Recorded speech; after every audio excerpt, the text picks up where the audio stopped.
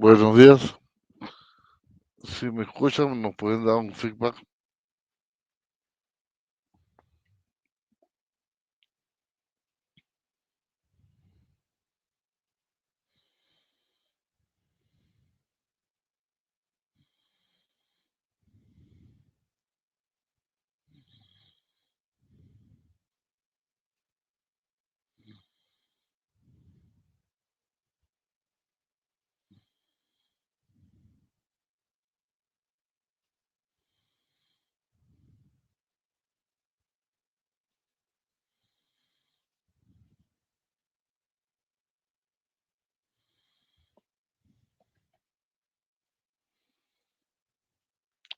Buenos días, Simón.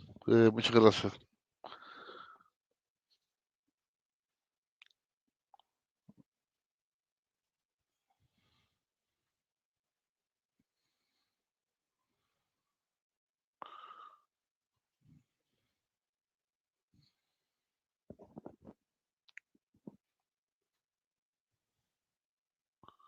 Buenos días, Luis.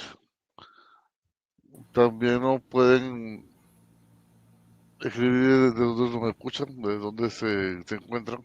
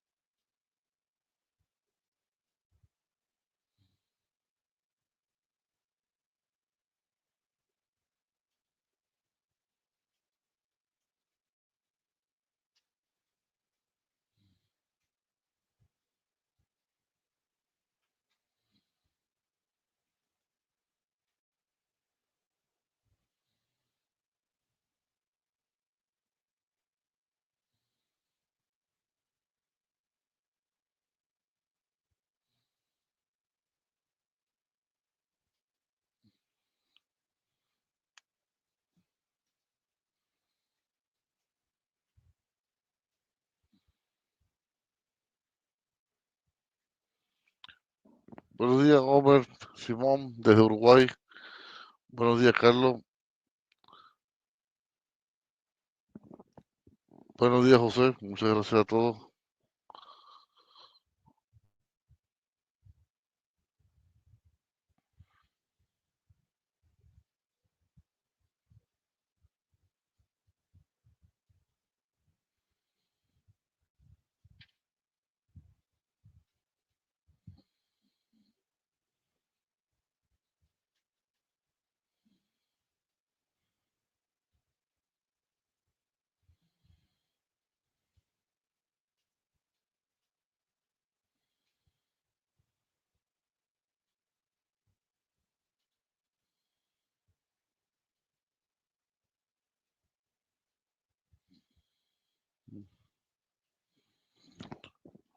Buenos días, Alejandro, Ronaldo. En el link que le acabo de colocar en el chat, ahí estará el webinar para los que quieran verlo nuevamente. Estará hoy en la tarde. Por favor, den like, compártanlo y suscríbanse al canal de YouTube.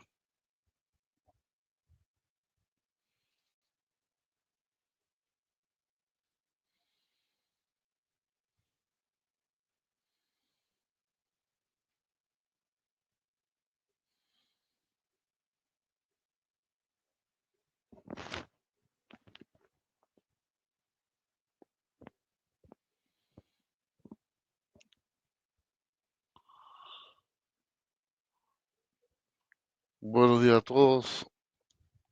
Hoy estaremos presentando a Microtech, disculpen, con el ingeniero Luis Aguilar, entrenador certificado de Microtech para Venezuela y Latinoamérica. Buenos días, Luis. Hola, buenos días Franklin, buenos días a todos los que nos acompañan hoy. ¿Me escuchan bien? Perfectamente. Vale, muy bien. ¿Tú me dices si damos comienzo? Sí, por supuesto, comencemos. Vale, perfecto. Bueno, buenos días a todos. Como mencionó Franklin, hoy vamos a estar con el webinar de MicroT, soluciones para el proveedor de servicios de Internet inalámbrico, lo que es el WISP. Me presento, mi nombre es Luis Aguilar. Bueno, yo tengo bastante tiempo trabajando en telecomunicaciones, trabajando con MicroT desde el año 2009 aproximadamente, y bueno, soy consultor y entrenador certificado de la marca. Los voy a acompañar el día de hoy.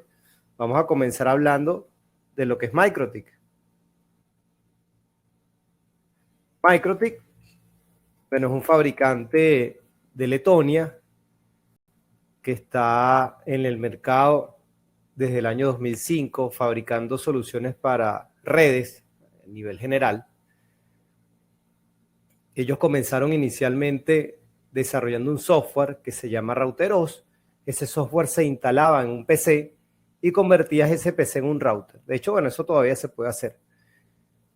Fueron evolucionando, la marca fue creciendo, expandiéndose a nivel mundial y ellos empezaron a fabricar su propio hardware que se llama Router Board.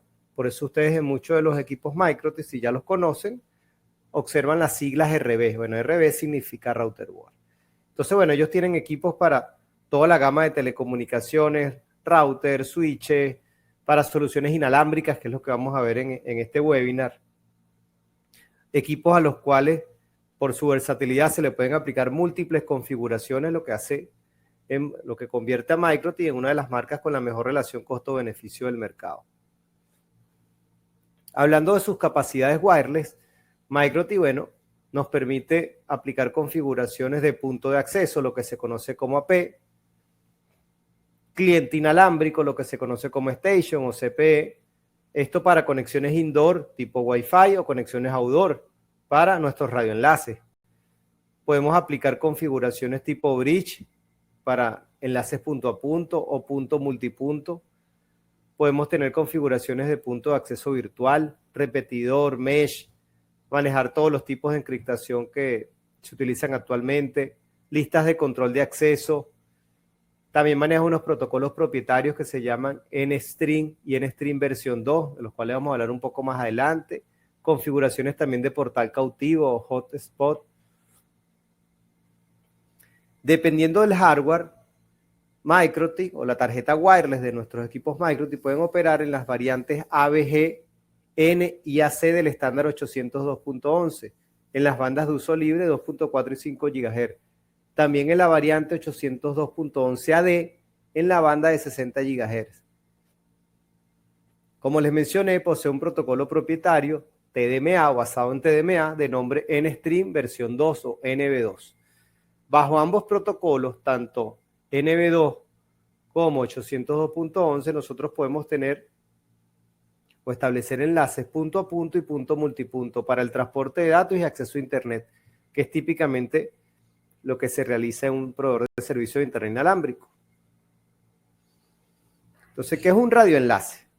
Un radioenlace es aquel que se establece para la transmisión y recepción de datos a través de ondas electromagnéticas.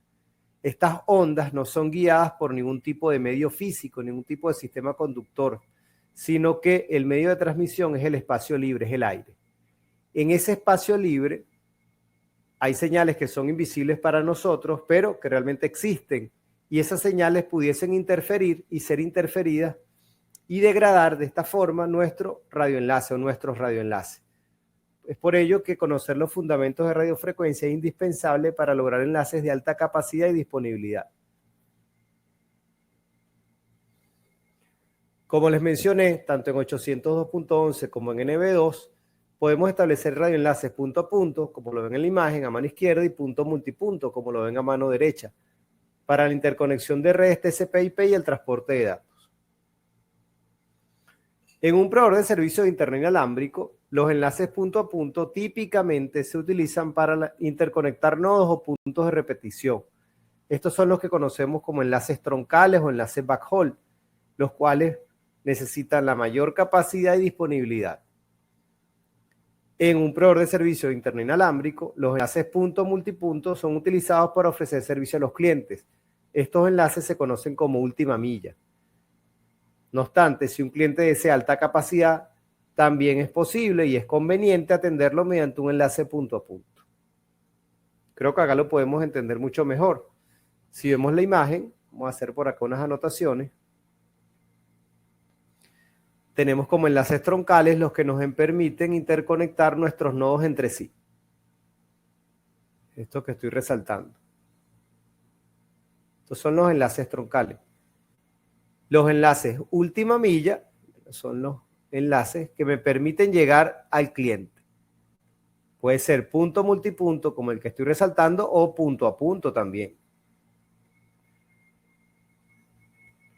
Entonces, básicamente en una red de un proveedor de servicios son los dos tipos de enlaces que tengo. Punto a punto, que puede ser para troncal o backhaul, también para atender un cliente, y punto multipunto, que sí lo uso netamente para atender clientes. ¿Cuáles son los elementos de un radio? Bueno, desde el punto de vista más básico, un radioenlace está formado por 4 elementos principales: transmisor, receptor, líneas de transmisión y antena. A veces es muy común escuchar llamar al radio antena, pero realmente el radio y la antena son 2 elementos totalmente diferentes que trabajan de la mano, sí, pero son elementos diferentes. El radio es la parte activa que tiene la electrónica, en el cual yo aplico las configuraciones, el cual debo energizar para que funcione. La antena es un elemento pasivo que se utiliza para poder propagar esa señal al espacio libre y también recibirla. Uno de los elementos más importantes que tiene un radio es el transmisor. Ese se encarga de generar una señal de microondas a una frecuencia y potencia determinada. Potencia y frecuencia que configuramos nosotros, con una modulación acorde a la capacidad requerida. La señal es inyectada en la línea de transmisión, eso es un cable coaxial, lo conocemos como pigtail, hasta la antena, para que se propague la señal hacia el espacio libre. El receptor o la antena del receptor, que debe apuntar a la del emisor, recibe la energía de la señal y la pasa a la línea de transmisión que conecta con el radio. Este la demodula y procesa para interpretar la información. Digamos que ese es un resumen de todo lo que se hace en un radioenlace. Transmito y recibo constantemente. Desde el punto de vista físico, tenemos 2 tipos de radio. El que llamamos radio con antena externa, porque como su nombre lo dice, debo colocarle de forma externa una antena antes de encender el equipo. Esa antena, bueno, debe ir acorde al tipo de uso que yo le quiera al radio. Si es para un enlace punto a punto, punto multipunto, bueno, ese tipo de antena pudiese cambiar. Esa antena yo la interconecto al radio. El radio lo van a identificar que tiene unos puertos que en la mayoría de los casos utiliza un conector que se llama RP-SMA, aunque pudiese utilizar otro conector. Hago mi conexión desde la antena al radio con unos cables coaxiales bien cortos que se conocen como pigtail. El sobrenombre que tienen esos cables, pero es un cable coaxial. Entonces, por acá tenemos el radio y por acá tenemos la antena. El otro tipo de radio es un radio con antena integrada, porque físicamente todo es una misma unidad. Sigue teniendo radioantena, por supuesto, pero está interno dentro de este case, dentro de este enclosure. Yo no puedo cambiar la antena. Si necesito otra antena diferente, debo cambiar todo el equipo porque, repito, la antena está integrada con el radio.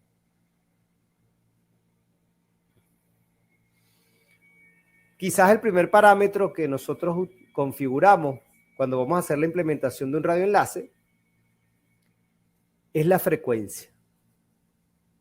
5180, 2422. ¿Qué es eso entonces? ¿Qué es la frecuencia? Bueno, la frecuencia de un campo, señal u onda electromagnética es el número de ciclos, que es pasar de una polaridad a otra y regresar a esa primera polaridad, que se realiza en cada segundo. Se denomina con la letra F y se mide en hercios. Por eso escuchamos la palabra o la unidad megahertz. o gigahertz.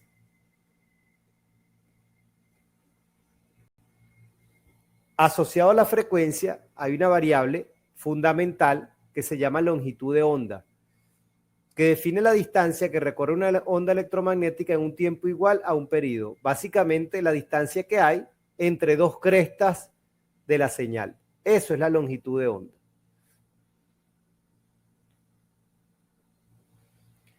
La longitud de onda se puede calcular porque la fórmula toma en cuenta la frecuencia y la velocidad de la luz, la cual la conocemos, una constante. Por ejemplo, para la frecuencia 2.4, la longitud de onda es 12.43 centímetros. ¿Por qué es importante saber esto? Bueno, fíjense. Las frecuencias bajas tienen una longitud de onda mayor si la comparamos con las frecuencias más altas. Por ejemplo, fíjense que 5 GHz tiene una longitud de onda que es casi la mitad de la longitud de onda de 2.4. Y si nos vamos a una frecuencia aún más alta, 60 GHz, bueno, la longitud de onda es milimétrica, es bien pequeñita. Eso me permite saber algo que es fundamental para entender qué tan lejos puedo llegar con la señal o qué tan fácil o no mi señal va a poder superar las obstrucciones. Pensemos que la longitud de onda es el ancho del haz de la señal. Pensemos que este es 2.4 y por acá vamos a dibujar el ancho del haz de 5 GHz. Fíjense, como el ancho del haz de 2.4 es tan amplio, es mucho más fácil que supere obstrucciones como árboles, puertas, ventanas, etc. 5 GHz se le complica mucho más eso porque el ancho del haz es más angosto. Es por ello que en 5 GHz nosotros necesitamos tener line of sight, línea de vista, es decir, que el radio y la antena del extremo A se vea con el radio y la antena del extremo B. No debe haber ningún obstáculo de por medio porque, repito, esa longitud de onda no me permite superar obstrucciones. En 2.4 la línea de vista no es obligatoria. Y si nos vamos a frecuencias aún más bajas, no sé, 900 MHz, bueno, podemos trabajar perfectamente sin línea de vista. Adicionalmente, si pensamos en una frecuencia mucho más alta, volvemos al caso de 60 GHz, el ancho del haz, como es milimétrico, casi con hilo, cualquier ligera obstrucción, inclusive la lluvia, una gota de lluvia va a obstruir la señal. Es por eso que estos enlaces no se pueden establecer a largas distancias porque la lluvia me va a cortar el enlace de forma inmediata. Entonces, mientras más larga la longitud de onda, voy a tener mayor alcance. O sea, con los enlaces de frecuencias bajas puedo llegar más lejos. Voy a poder superar de mejor manera y atravesar y rodear los obstáculos. Cuando la longitud de onda es corta, no puedo llegar tan lejos, pero puedo transportar mayor cantidad de datos. Entonces eso también es importante. Las frecuencias altas me permiten enlaces de mayor capacidad.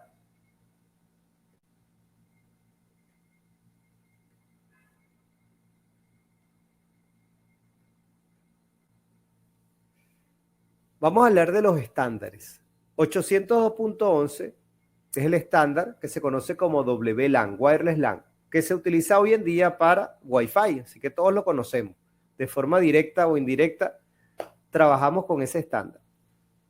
Él trabaja en las bandas de uso libre 2.4, 5 GHz.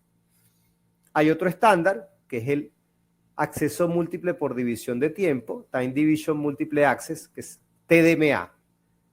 Este estándar utiliza una técnica de multiplexación que distribuye las unidades de información en ranuras o slots alternas de tiempo para cada dirección del tráfico, descarga y subida. Entonces, esto es un método de acceso al medio basado en reserva. ¿Por qué hablamos de estos dos estándares? Porque son los que maneja MikroTik. En cuanto a las bandas de frecuencia, 2.4 y 5 GHz, son bandas no licenciadas o también se conocen como bandas de uso libre, porque no requieren de ningún permiso especial de las autoridades o el regulador de telecomunicaciones para poder utilizarse. En el país que ustedes se encuentren, hay un ente que regula las telecomunicaciones. Ese ente no genera ninguna restricción para el uso la compra, la activación de enlaces en 2.4 y 5 GHz. Lo único que sí se debe respetar son los canales a utilizar y la potencia máxima que podemos aplicar. Eso sí deberíamos respetar ese valor o esos valores en cuanto a la normativa. En 5 GHz, bueno, tenemos múltiples canales, los pueden ver en pantalla, numerados desde el canal 36 hasta el canal 165. Cada canal tiene su frecuencia central. Cuando nosotros aplicamos una configuración en nuestro radio, lo hacemos basado en estos canales.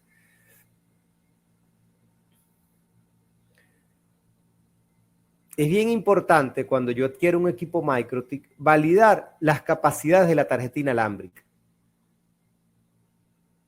Porque dependiendo de la tarjeta que tenga el equipo, él va a tener soportar un rango de frecuencia. Y en ese rango de frecuencia, entonces yo puedo trabajar, yo puedo seleccionar o configurar en mi equipo frecuencias que estén en ese rango. Es bien importante cuando vayan a comprar un equipo, si están en Latinoamérica, que se cercioren de que ese equipo sea versión internacional o versión resto del mundo.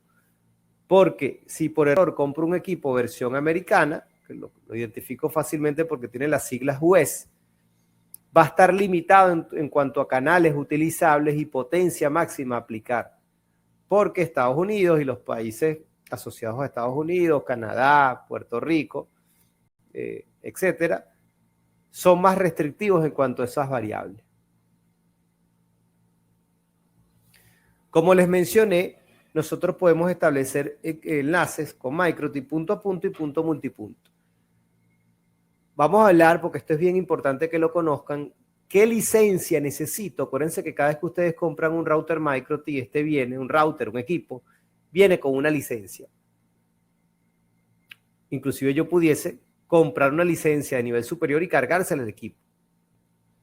En fin, ¿qué licencia necesito para trabajar con radioenlaces con MikroTik? Bueno, si la finalidad es establecer un enlace punto a punto, bueno, con que los dos equipos tengan licencia nivel 3 es suficiente. Un equipo lo configuro como bridge y el otro como station bridge y tengo un enlace punto a punto. Si quiero establecer un enlace punto multipunto, necesito que el AP tenga licencia nivel 4 y las estaciones con licencia nivel 3 funciona perfectamente. El AP lo voy a configurar como AP Bridge y las estaciones siguen siendo Station Bridge. Entonces tengo que tener cuidado con esto. Ha pasado que quiero establecer un enlace punto multipunto y solo se conecta una estación y no se conectan las demás. Porque, bueno, resulta que el equipo que estoy utilizando para que sea el AP no tiene licencia nivel 4. Entonces tengo que estar pendiente con ese detalle. Ya hablando y entrando en materia a nivel de configuración, bueno, cuando yo quiero configurar mi equipo MikroTik a nivel inalámbrico, voy a ir al menú que se llama Wireless, voy a la pestaña que se llama Wi-Fi Interface, le voy a dar doble clic a la interfaz inalámbrica y luego me voy a ir a la pestaña Wireless y ahí empiezo a trabajar con mis configuraciones. Si quiero que mi equipo sea el AP de un punto multipunto, entonces voy a seleccionar como modo AP Bridge. Lo segundo que yo debería hacer es, bueno, configurar la frecuencia de la cual ya hablamos. Eso lo hago en el campo que se llama Frequency. Bien importante. Es fundamental y un paso previo, mandatorio, obligatorio, hacer un análisis de espectro, porque no es seleccionar una frecuencia por seleccionarla, no. Yo debo validar que esa frecuencia que yo estoy utilizando, que pretendo utilizar, no está utilizada por otro, porque si no, yo le voy a generar interferencia a ese tercero y ese tercero me va a generar interferencia a mí. Entonces, ni funciona mi enlace y el enlace de él, que seguramente estaba funcionando bien, ahora yo se lo eché a perder. Entonces, siempre hagamos análisis de espectro antes de seleccionar la frecuencia.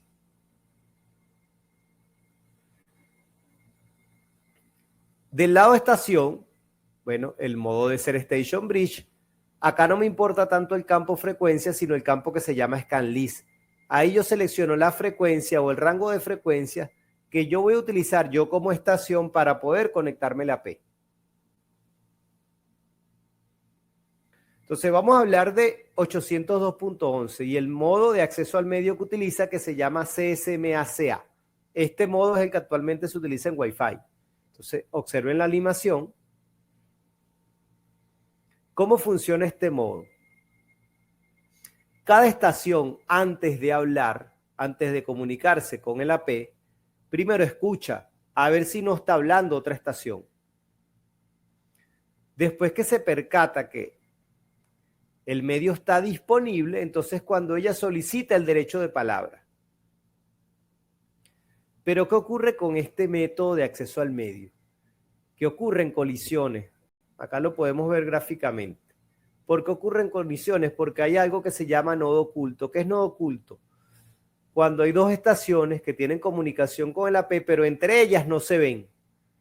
Bien sea porque están muy distantes entre sí o porque hay una montaña de por medio. Imagínense que aquí tienen una estación, acá está la otra y acá arriba está la AP.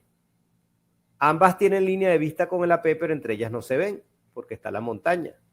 Entonces, ¿qué ocurre? Imagínense que esta es la estación A y esta es la estación B, que la estación A se está comunicando en este momento con el AP. La estación B no se da cuenta de que A está hablando porque hay una montaña de por medio y ella envía su señal de permiso para hablar. Eso se llama request to send. Permiso para hablar. Cuando envía su señal de request to send, esa colisiona con esta información que ya estaba transmitiéndose entre A y el AP. Entonces, en Wi-Fi siempre hay colisiones y es inevitable. Por eso es que muchos fabricantes de radioenlaces, para no sufrir de esta problemática, utilizan protocolos donde no se trabaje con esta figura de solicitar el derecho de palabra, sino que cada estación va a tener su tiempo para hablar. Entonces, la selección de ese protocolo wireless lo hacemos en el campo que se llama Wireless Protocol. Si quiero trabajar con el estándar, selecciono 802.11. Pero si quiero trabajar con el protocolo TDMA, propietario de MikroTik, que se llama NB2, lo busco en la lista. Entonces vamos a ver cómo funciona TDMA. Tengo un permiso para silenciar algo por acá.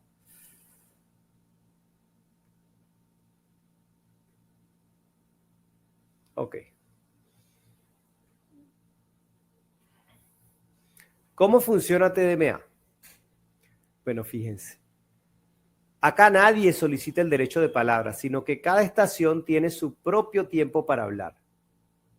Con eso me evito el problema de las colisiones internas. Pudiese tener colisiones con un sistema de terceros, pero internamente ya no tengo colisión. Entonces ese protocolo lo selecciono en el campo que se llama Wireless Protocol y bueno, se llama NB2 o NextStream versión 2.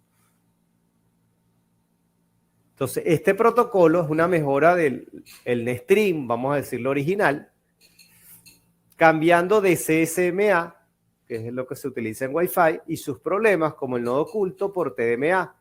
Además hace más eficiente el uso del canal.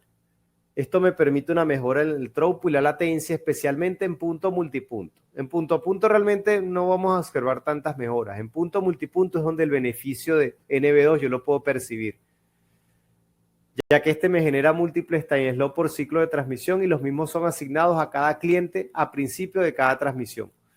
Cada cliente solo transmite en su propio time slot. Este control estricto asegura la posibilidad de transmitir a cada cliente. Yo les mencioné que antes de seleccionar la frecuencia, yo debo hacer un análisis de espectro para validar qué canales o qué frecuencias están disponibles. Entonces, ¿qué es el espectro? El espectro de una señal es el conjunto de frecuencia que la constituye. Esto se representa gráficamente asignando el valor de las frecuencias al eje de las abscisas, el eje X, el eje horizontal, y dibujando la amplitud de los mismos en el eje de las coordenadas, el eje Y, el eje vertical. Ese nivel de señal, esa es la amplitud. Menos 50, menos 65, menos 70, esa es mi amplitud. El espectro de la señal se representa con algo que se llama máscara de transmisión, la cual ocupa un determinado ancho en el espectro según la configuración que nosotros apliquemos en el radio, en el campo que se llama channel width o ancho de canal. La UIT la Organización Internacional de Telecomunicaciones define la máscara de transmisión tal cual como la ven en la imagen, donde yo tengo aquí un ancho de canal configurado, por ejemplo 20 MHz, pero por propiedades físicas de la electrónica y del propio radio, esa máscara espectral va a tender a ensancharse, generando la forma que están viendo que parece una campana. Mientras yo más potencia le aplique, más me voy a ensanchar. Y si más me ensancho, más probabilidad de interferir al vecino voy a tener. Por eso es que la potencia hay que manejarla con cuidado. Muchas veces cuando nosotros buscamos en Google canales en 5 GHz, canales en 2.4, nos dibujan los canales como si fuesen rectángulos, uno al lado del otro, como hermanitos. Y resulta que no es así porque los canales no son rectángulos, van a tener la forma que están viendo en pantalla. Entonces los canales contiguos es un canal que está al lado del otro. Los canales contiguos no son así, son así. Entonces 2 canales vecinos, miren, pudiesen generarse interferencia, especialmente si trabajo con altas potencias. Adicionalmente, esta explicación es para un canal de 20 MHz, pero ustedes seguramente han visto que yo puedo tener canales de 20, de 40, de 80, de 160. Quiere decir que entonces va a ser un canal más ancho cada vez que yo cambio el ancho del canal. La respuesta es no. Yo realmente lo que tengo es un bonding de canales, es decir, un canal de 40 es la suma, vamos a decirlo así, o la combinación de 2 canales de 20. Y un canal de 80 es la combinación de 4 canales de 20. Eso es el bonding de canales. También debo tener cuidado cuando ensancho el canal, porque si bien yo lo ensancho con la expectativa de poder tener mayor capacidad, tengo algunos problemas asociados con ese ensanchamiento. El primero es que pierdo potencia. Cuando yo paso de 20 MHz de ancho de canal a 40, pierdo 3 dB de señal. 3 dB de señal, hay una fórmula logarítmica que me permite conocer realmente cuántos representan estos decibeles en vatios, y perder 3 dB es el equivalente a perder la mitad de la potencia en vatios, lo cual es muchísimo. Entonces, cuando yo ensancho el canal con la esperanza de tener más capacidad, estoy sacrificando a cambio de eso la mitad de mi potencia. Esa configuración de ancho de canal, ¿dónde se realiza? En el campo, como ya se los mencioné, que se llama Channel Width. Bueno, yo tengo varios anchos con los que puedo trabajar.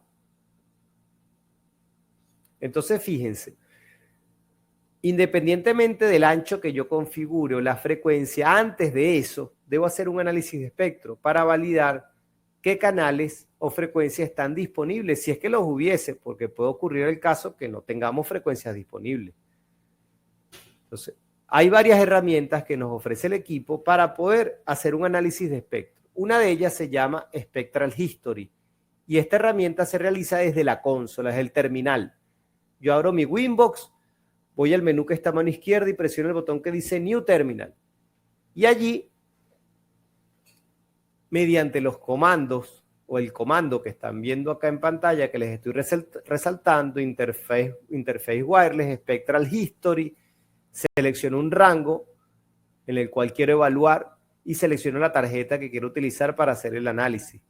Y él me va a construir un gráfico similar al que están viendo en pantalla, donde yo debería buscar los colores más oscuros posibles, llámese negro o azul.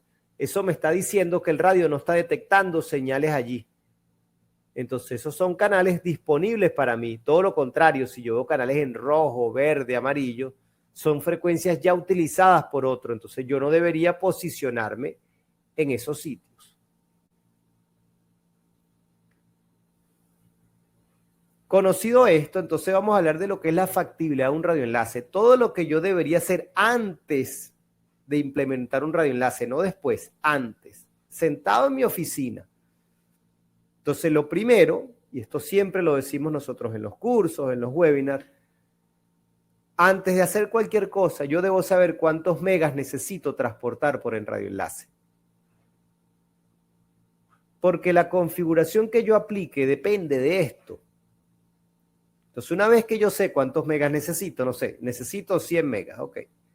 Ese es mi punto de inicio. 100 megabits. Voy a ubicar en la tabla de MCS, Modulation and Coding Scheme, que está en la página mcsindex.com, el data rate y su equivalente en throughput necesario para satisfacer estos megas. Luego, sabiendo qué modulación o qué MSS voy a utilizar, entonces yo voy a la hoja técnica de mi equipo y veo cuál es la sensibilidad para esa modulación preseleccionada. La sensibilidad es el valor mínimo de señal que necesita el radio para entender lo que el transmisor en el otro extremo le está enviando. Una vez hecho esto, entonces ahora yo sí puedo realizar mi cálculo. Vamos a verlo acá para que se entienda mucho mejor. Fíjense. Pensemos que queremos atender un cliente que requiere una capacidad de 30 megabits de throughput. Throughput es capacidad real. Que el cliente haga una prueba y le den 30 megas. Eso es throughput. Entonces, yo voy a buscar una modulación acorde a esos 30 megas. Resulta que el throughput es el data rate quitándole un 30%. Entonces, lo que yo veo en esta tabla que se llama MCS Index es el data rate. Es todo lo que viaja en el aire. A ese todo, cuando yo le quito las cabeceras y las tramas de control propias del protocolo, lo que me queda es el throughput. Entonces, típicamente esas cabeceras ocupan un 30%. Muy bien. Entendido esto, entonces yo busco una modulación acorde para que me dé 30 megas de throughput. Ok, busqué la modulación MCS7 que me dice que yo voy a tener entre 65 y 72 megas de data rate. Ok, vamos a quedarnos con el 65. Si yo el 65 le quito el 30%, por eso lo multiplico por 0.7, me da 45 megas. ¿45 es mayor que 30? Sí. Ah, bueno. Eso quiere decir que con esta modulación puedo trabajar. Esta modulación se llama MCS7 y utiliza 64 QAM. Ok. Voy ahora a mi hoja técnica. Mi hoja técnica me dice, mira, para tú trabajar en la modulación MCS7, primero que nada, tu potencia no debería superar 19 dBm porque si no puedes quemar el equipo. Segundo, tu valor mínimo de señal para que puedas trabajar en esa modulación es menos 75 dBm. Es decir, que si en mi cálculo me da menos 80, no es factible. Por lo menos no es factible para lograr esto. Entendido eso, entonces yo me voy a la configuración de mi radio, a la pestaña que se llama HTMCS. Ahí yo configuro la modulación con que quiero trabajar. Una de las grandes ventajas que nos ofrece Microtik como fabricante a nivel de wireless es que yo puedo seleccionar las modulaciones con que trabajar. Eso en otros equipos no es posible y nuestro radio se va a poner por definición, ellos tienen algo que se llama ajuste automático de modulación, que es que se ponen a brincar de modulación todo el tiempo. En Microtik yo puedo ser mucho más preciso porque yo lo puedo forzar a que trabaje en determinada modulación o que siempre trate de trabajar en determinada modulación y si no puede, bueno, pase a una más baja de forma provisional. Eso es lo que ven acá en esta configuración. Yo le estoy diciendo, mira, vas a trabajar en MCS7, pero si no logras mantenerte allí porque tienes alguna interferencia temporal, bueno, baja la modulación más baja y luego, si todo normaliza, vuelves a pasar MCS7. Entonces, una vez que yo entiendo esto, entonces puedo hacer mi cálculo. Este cálculo yo se los voy a explicar de forma manual. Nosotros no tenemos que hacerlo manual porque afortunadamente hay simuladores, pero bueno, siempre es importante mostrar de dónde sale todo esto. Tenemos acá un ejemplo, fíjense, un enlace de 36 kilómetros con unos equipos NetMetal configurados con una potencia de transmisión de 23 dBm y utilizando antenas externas tipo parábola de 30 dBi. Según este ejemplo, ¿cuánto voy a recibir yo de señal? ¿Cuál va a ser mi potencia de recepción? Porque esto es lo que yo debo comparar con la sensibilidad. Bueno, vamos a hacer el ejemplo.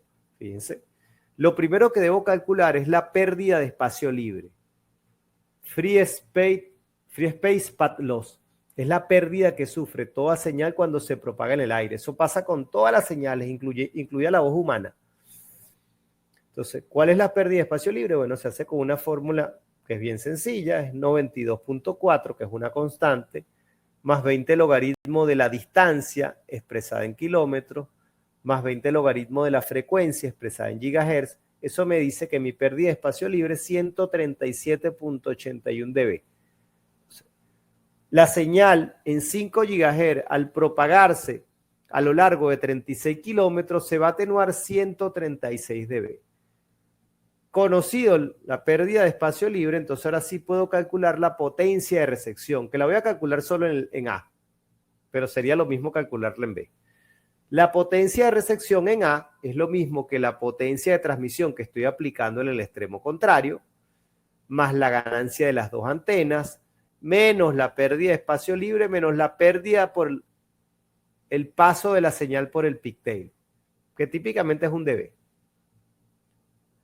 Eso me dice que mi señal en este ejemplo va a ser de menos 56.81. Esto es lo que yo debo comparar con la hoja técnica para decir si mi enlace es factible o no.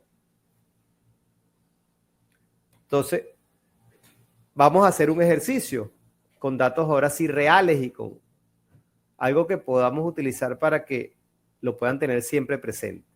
Fíjense.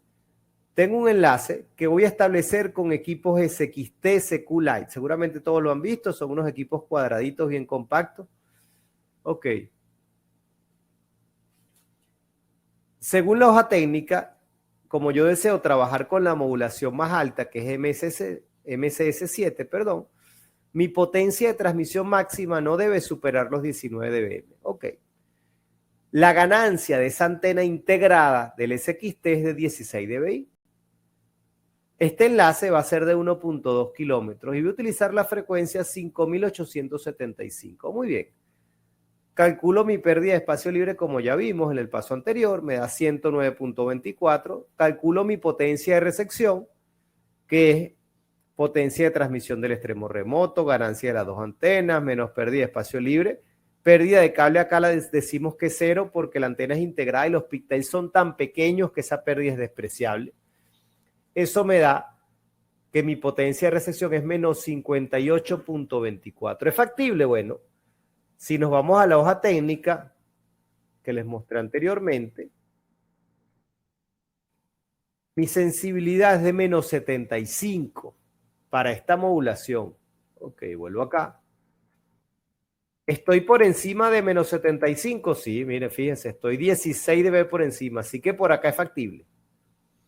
Otra cosa que debo conocer para saber si el enlace es factible o no es el piso de ruido, porque resulta que mi señal debe estar lo más alejada posible del piso de ruido para poder trabajar con las modulaciones, especialmente las altas.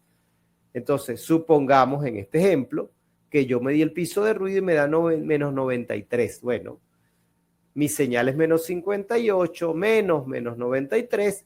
Estoy separado del piso de ruido 34 dB. Esto se llama relación señal a ruido y es la variable más importante que hay a nivel de wireless. Entonces, sabiendo estas dos cosas, ahora sí puedo decir que mi enlace es factible. Ahora sí puedo ir a campo a instalar, no antes. Hablando de la relación señal a ruido, fíjense que esta es importante, que en esta tabla lo podemos ver. Esta tabla nos dice, mira, tú deseas trabajar con la modulación MCS7 en un ancho de canal de 20 MHz. Bueno, tu relación señal a ruido mínima debe ser de 25 dB. De 25 dB. Si no logras eso, no vas a poder trabajar con esa modulación. Así de importante es la relación señal a ruido. Ahora bien, estos cálculos que hicimos a mano no los tenemos que hacer así porque hay un simulador que está en el link microtik.com/calculator que nos permite conocer el nivel de señal, ¿sí? Simplemente seleccionando los modelos de equipo, fíjense, el mismo que utilicé para el ejemplo, colocando la sensibilidad que necesito, la potencia de transmisión y él me hace el cálculo y me dice si mi enlace es factible o no.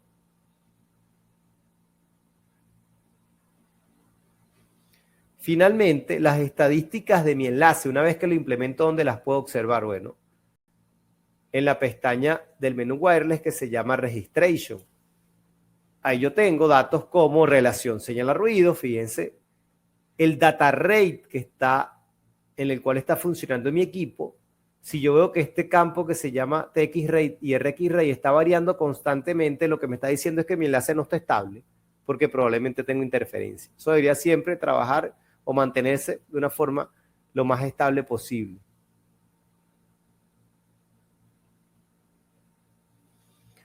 Otra variable fundamental que ustedes deben monitorear es el que se llama CCQ, que también está en la pestaña Registration. El CCQ me dice qué porcentaje de tramas se están retransmitiendo. Es decir, supongamos que yo tengo un CCQ de 91%, que es buenísimo. Bueno, este 91% lo que me dice es que 9% de las tramas se están retransmitiendo. ¿Por qué se retransmite una trama? Por errores. ¿Por qué hay errores? Por interferencia. Entonces 9% se está retransmitiendo y 91% se está transmitiendo de forma correcta. Entonces yo debo buscar siempre que mi porcentaje de CCQ sea lo más alto posible.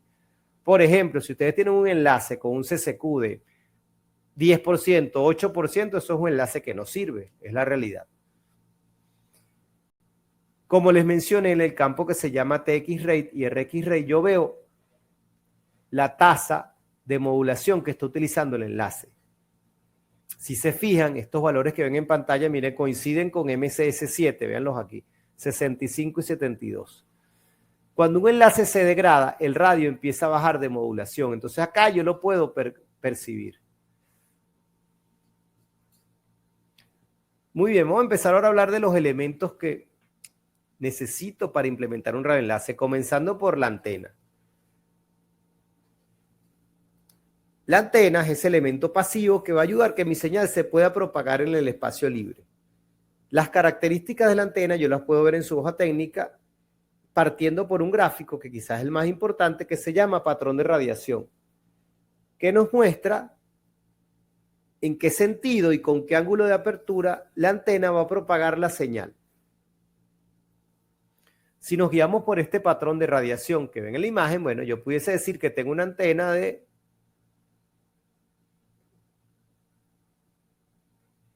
unos 25 grados de apertura. Es decir, que ya hacia acá es que va a propagar su mayor cantidad de energía y por acá también va a recibirla. Esto se llama el lóbulo principal, esta figura que estoy resaltando acá. Los otros lóbulos, que deberían ser lo más pequeños posible, se conocen como lóbulos secundarios. Por acá yo también genero energía y la recibo, pero en menor magnitud. Los enlaces que utilizamos hoy en día, seguro han escuchado la palabra, son MIMO 2x2. ¿Qué quiere decir 2x2? Bueno, que se propagan de forma paralela dos señales. Dos señales que deben estar separadas entre sí 90 grados. Eso se llama ortogonalidad. Por ejemplo, una señal se propaga en vertical, como lo ven en la imagen acá, y otra se propaga en horizontal. Pero no necesariamente es así. Lo importante es que estén separadas 90 grados. Pudiese ser una en vertical, en horizontal, o pudiese ser una en menos 45 y la otra en 45. Eso se llama slang. Seguramente han escuchado esa palabra también. Eso no importa. Lo que importa es que estén separadas esas dos señales entre sí 90 grados. Esto es lo que les mencionaba. Fíjense, la mayor cantidad de energía yo la voy a enviar y recibir por el lóbulo principal, pero también ocurre lo mismo en los lóbulos secundarios. ¿Qué es la polarización slang? Lo que ven en pantalla. Una señal se propaga en 45 y la otra en menos 45. Eso me permite minimizar la interferencia de señales que estén vertical y horizontal en unos 12 a 15 dB. Por eso es que utilizo slang, simplemente por eso, para minimizar el efecto de la interferencia de otros radioenlaces vecinos. Bien importante que ustedes validen en la hoja técnica cuál es el rango de trabajo de la antena. Me explico. Por eso es que no debemos confundir antena con radio, porque no es lo mismo. Esto que ven en la imagen es un radio integrado con su antena que se llama LHG. Ese radio que está por acá adentro tiene un rango de trabajo que va desde 4.910, si no me equivoco, hasta 6.100. Ese es el rango de trabajo del radio. Es decir, yo puedo utilizar frecuencias que estén dentro de ese rango. Pero la antena que está integrada tiene un rango de trabajo, si ven la gráfica, que óptimamente funciona desde 5.100, pudiésemos decir, hasta 5.800. Si yo configuro mi equipo dentro de ese rango, es que voy a lograr los 24 dBi de ganancia de la antena. Pero si yo me salgo de ese rango, por ejemplo, y utilizo la frecuencia 6.000, que el radio la soporta, el performance del enlace va a mermar muchísimo, porque la antena no está diseñada para funcionar en esa frecuencia. Entonces, por eso es que debemos ver siempre la hoja técnica. Hablando de enlaces punto a punto, hay una antena muy buena que se llama la MAN 30. Esta antena es una antena muy directiva, vean el patrón de radiación, con un ángulo de apertura de 2.5 grados aproximadamente, que me permite establecer enlaces punto a punto a gran distancia. 100 hasta 200 kilómetros, ojo, dependiendo del espectro y otras variables, pudiese yo lograr si utilizo esta antena en mis equipos Microtik que están pensados para el uso de antena externa, como el NetMetal, el Basebox, equipos de los cuales vamos a hablar más adelante. Esta antena también tiene la gran ventaja que me permite trabajar con una simple rotación del feeder y pasar de vertical y horizontal a SLAM. Entonces, otra ventaja de esta antena.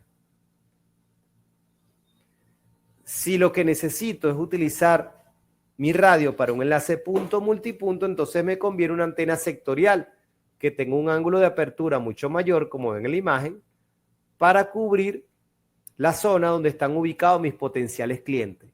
Esta antena, la cual hay en dos modelos, una de 15 y otra de 19 de ganancia, se llama ManBox y tiene una apertura de 120 grados.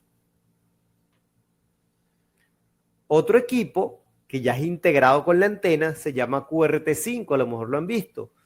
Este equipo tiene la ventaja que el patrón de radiación de la antena me genera una apertura que me permite utilizarlo como AP de un punto multipunto más pequeño. Cuando digo más pequeño, bueno, sin tantos clientes, con los clientes mucho más cercanos a él, a este equipo, al AP. Entonces lo puedo utilizar también para eso. En cuanto a los router board o los radios, para que sean el AP de mi sistema punto a punto, tenemos el NetMetal 5, es un equipo de los más potentes que ofrece Microtik, un equipo de alta capacidad, un equipo bien robusto en cuanto al enclosure, el cual es metálico y me permite rechazar de mejor manera la interferencia electromagnética que pudiese haber en el nodo, un equipo con puerto a gigabit, que soporta un voltaje bien amplio y que lo puedo usar perfectamente para que sea mi radio backhaul, para mi enlace troncal. Otro equipo, que es como el hermano menor del NetMetal 5, es el Basebox 5. Un equipo que me ofrece unas prestaciones bien interesantes, pero bueno, no es tan robusto como el anterior. Esto lo puedo utilizar quizás para un punto a punto de menor capacidad o un punto a punto donde las condiciones ambientales sean más favorables para mí o para un punto a punto para darle servicio a un cliente. Entonces, un equipo que necesito colocarle una antena externa, igual que el NetMetal. En la imagen podemos verlo también que se puede utilizar como AP para punto, multipunto y conectarle una antena sectorial. Otro equipo bien interesante para enlaces punto a punto, especialmente cuando es un punto a punto para un cliente, es el Dynadish. Este es un equipo bien robusto, con un buen CPU, que me permite establecer enlaces pudiendo llegar hasta unos 100 kilómetros, ojo, dependiendo del espectro. Es un equipo físicamente también bien atractivo, que, repito, tiene una gran relación costo-beneficio. Otro equipo que puedo utilizar para punto a punto, ya quizás no con tanta distancia, aquí estamos hablando de hasta 40, 50 kilómetros, el LHG, que hace rato se los mostré cuando hablábamos de las características de la antena. Este es un equipo que tiene una antena tipo grilla, que tiene una ventaja que no genera tanta resistencia al viento, y eso va a evitar movimiento adicional en mi torre o en mi poste. Es un equipo muy utilizado, bien económico y que tiene un performance muy, muy bueno. Es un equipo que siempre recomendamos. Fíjense que tiene el puerto Ethernet a 100 megabits, así que si deseo más capacidad, bueno, este equipo no me va a servir para eso porque voy a tener cuello de botella. Quizás en el aire logre 200 megas, 300 megas, pero el puerto físico me va a limitar a 100. Acá tenemos un ejemplo de lo que yo pudiese lograr trabajando con LHG, con el modelo LHG 5, que es el convencional, el LHG de alta potencia y el LHG XL, que tiene una antena de más ganancia. Fíjense, pudiese llegar, dependiendo de la capacidad que yo pretenda lograr, hasta 40 kilómetros, quizás un poco más, pero bueno, en el ejemplo estamos hablando de que quiero lograr la máxima capacidad posible. Entonces, con el XL puedo llegar a 40 kilómetros, con el de alta potencia hasta 20 y con el LHG normal, convencional, hasta 12 kilómetros. Repito, pensando que quiero transmitir al máximo data rate, utilizar la modulación más alta. Otro ejemplo de lo que pudiese hacer con punto a puntos, con equipos ya mucho más compactos, como el Dislike y el SXTCQ, fíjense. Este es el que utilizamos para el ejemplo. Aquí dicen que puede llegar hasta 2 kilómetros, y es verdad. Yo diría que hasta un poco menos. Equipo bien compacto, bien pequeñito, pero lo puedo usar hasta para punto a punto, bueno, enlaces bien cortos. Ahora hablemos de los equipos para que sean el AP de mi punto multipunto. Entonces vamos a comenzar hablando por el Manbox 5. Este es un equipo radio y antena integrado, excelente para despliegues en zonas rurales. O sea, no pensemos que este equipo está diseñado, lo podemos utilizar, pero su performance no va a ser el ideal para despliegue en ciudad, ¿no? Está pensado para entornos suburbanos o entornos rurales donde no tengo tanto piso de ruido, o el piso de ruido no es tan alto, mejor dicho, donde no tengo tantas señales vecinas. En esas condiciones, este es un equipo excelente. Inclusive lo puedo hacer a lo interno de una urbanización, a lo interno de un estadio, a lo interno de un club, a lo interno de un hotel. Un equipo excelente, compacto, con una buena relación costo-beneficio. El QRT que les mencioné anteriormente, como ya viene con licencia nivel 4, entonces lo puedo utilizar perfectamente para que sea el AP de un sistema punto multipunto, también en condiciones similares a las que les mencioné con el Manbox. Un escenario rural, un escenario suburbano, donde mi piso de ruido no es tan alto, donde no tengo tantas señales compitiendo. Un equipo que va a funcionar muy bien en esas condiciones. También tenemos una SXT, un modelo especialmente pensado para que sea el AP de un punto multipunto, donde las estaciones, donde los clientes están bien cerca. Entonces pensemos que esto lo puedo aplicar en un escenario donde los clientes están ubicados a menos de 1 kilómetro. Es un equipo con buenas prestaciones, con licencia nivel 4, con 90 grados de apertura, excelente. El NetMetal, que ya les mencioné anteriormente, que lo puedo usar para punto a punto, también lo puedo utilizar para punto multipunto, porque tiene la licencia nivel 4 y bueno, tiene las máximas capacidades en sus recursos del hardware. Equipo excelente. El hermano menor, que también se los mostré, bueno, lo puedo utilizar también como punto multipunto. De hecho, en esta imagen lo están utilizando para eso. Fíjense, con una antena sectorial. Equipo bien interesante y con una buena relación costo-beneficio. Tenemos una antena, no confundan esta MAN con el Manbox. El Manbox es radio con antena integrada. Esta que se llama solo MAN es un solo antena y yo debo entonces interconectarle un radio. Ese radio puede ser cualquiera de los que les mostré, o inclusive comprar una placa, lo que es un router board, pero sin case, solo la placa, solo la tarjeta, y utilizarlo perfectamente para que sea mi AP de un sistema punto multipunto.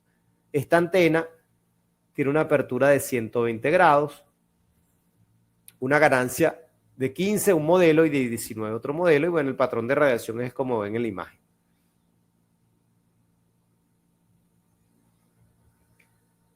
También tenemos un equipo integrado que se utiliza mucho, pero a lo interno de estadios, hoteles, porque la antena es omnidireccional y se llama el OmniTIC. El OmniTIC es un equipo que, más allá de ofrecernos la ventaja de que es integrado, fíjense que tiene 5 puertos. Entonces, puedo aplicar mis configuraciones de enrutamiento y todo en un solo equipo. En vez de tener router y radio separados, no, tengo router, radio, antena integrada, todo en uno. Repito, para esos despliegues que quiero hacer en un hotel, en un estadio, en una universidad, y funciona muy, muy bien.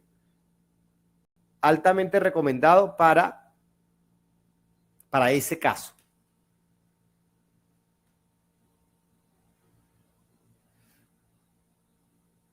En cuanto a estaciones, el equipo cliente, el equipo que voy a colocar del lado cliente para que de mi sistema punto multipunto, bueno, la LHG, de la cual ya hemos hablado, puede ser un equipo perfectamente para ubicar del lado cliente, un equipo muy, muy interesante. Para esos clientes que están un poco más alejados del punto de acceso, bueno, equipo excelente. Para los clientes que están más cerca, entonces recomendamos las SXT, equipo bien compacto, físicamente muy atractivo, que no genera ningún choque con la estructura, con la fachada de una casa, de un edificio, sino todo lo contrario. Pero bueno, como es una antena de poca ganancia, una antena bien pequeña, se recomienda para usarlo en esos clientes que están muy, muy cerca. Tenemos también el equipo Dish-Lite.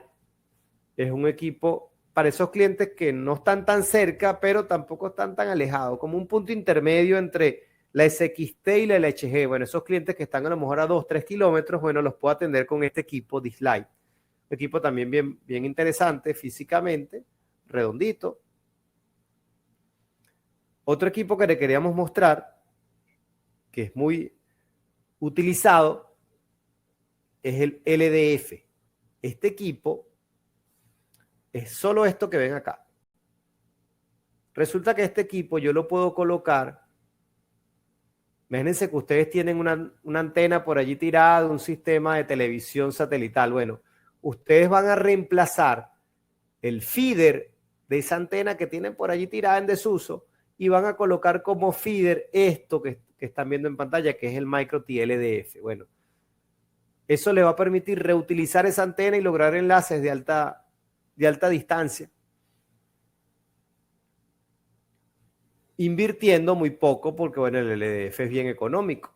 Entonces, ya, de alguna manera, sacándole provecho a esas antenas de esos sistemas que a lo mejor ya están obsoletos, que no están utilizando actualmente. Entonces, equipo que también recomendamos.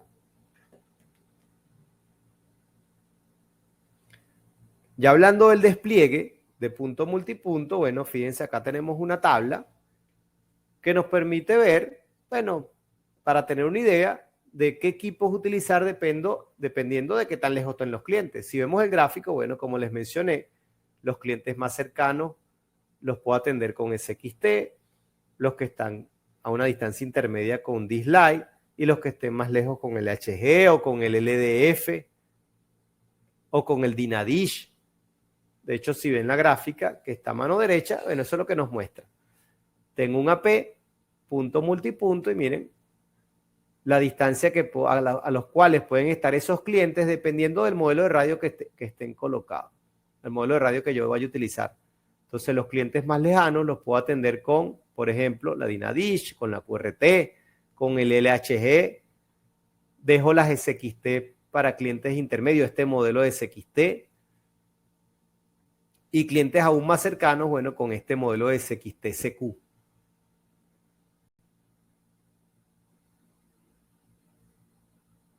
Ya para terminar, les quiero mostrar algunas recomendaciones en cuanto al despliegue punto multipunto, fíjense.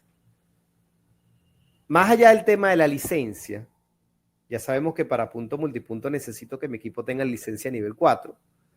Necesitamos utilizar un radio AP, un equipo que tenga los recursos, CPU, memoria necesarios para atender la cantidad de estaciones y su tráfico. Y validar que la antena integrada o externa ofrezca la cobertura necesaria en función de la ubicación de los clientes o los potenciales clientes. A pesar de que cualquier radio con licencia 3 funciona como estación, se recomienda seleccionar los equipos en función a la distancia hacia la P de cada suscriptor, lo que acabamos de ver en la gráfica anterior. El éxito en un sistema punto multipunto parte por la cercanía de las estaciones, ya que esto garantiza una mejor relación señal-ruido. Entonces vamos a ver un ejemplo, fíjense. Acá tenemos un despliegue punto multipunto, donde la P es un manbox y los clientes son puras estaciones con SXTCQ Lite, porque todos están bien cerca. Fíjense que todos están ubicados a menos de 500 metros. Vamos a trabajar con el protocolo NB2 y 20 MHz de ancho de canal. En total son 19 clientes. Acá lo que les quiero mostrar es qué capacidad pudiese alcanzar por cliente en este escenario. Bueno, este es el listado de los clientes conectados, eso lo puedo ver en la tabla Registration. Fíjense que el CCQ es excelente porque todos están muy bien. Esto me muestra la tasa de modulación que está logrando cada cliente. Acá el cálculo solo lo vamos a hacer en descarga. Fíjense que esos valores que están en la tabla los puedo identificar fácilmente en la página MSS Index, que es lo que están viendo en pantalla. Miren, aquí están estos valores, 115, 104, 78. Vean que son los mismos que están acá. Esto nos dice qué modulación está utilizando cada cliente. Luego, como ya les mencioné, el data rate no es el throughput. Yo le tengo que quitar el 30% y eso es lo que hago. Bueno, vamos a hacerlo con el 115.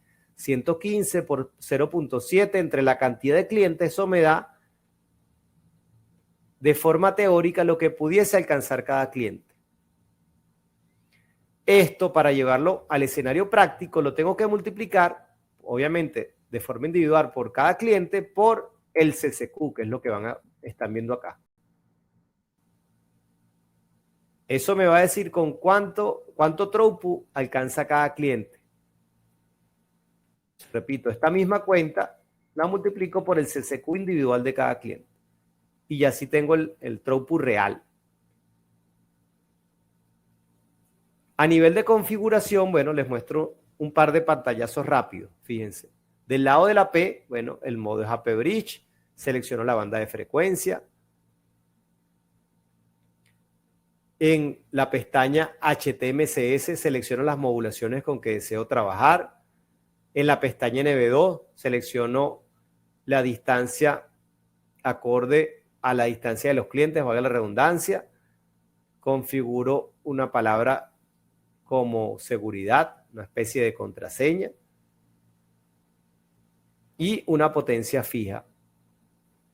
Del lado de las estaciones, bueno, las configuraciones son muy parecidas. Selecciono el modo Station Bridge, la banda de frecuencia, el ancho de canal, el scan list,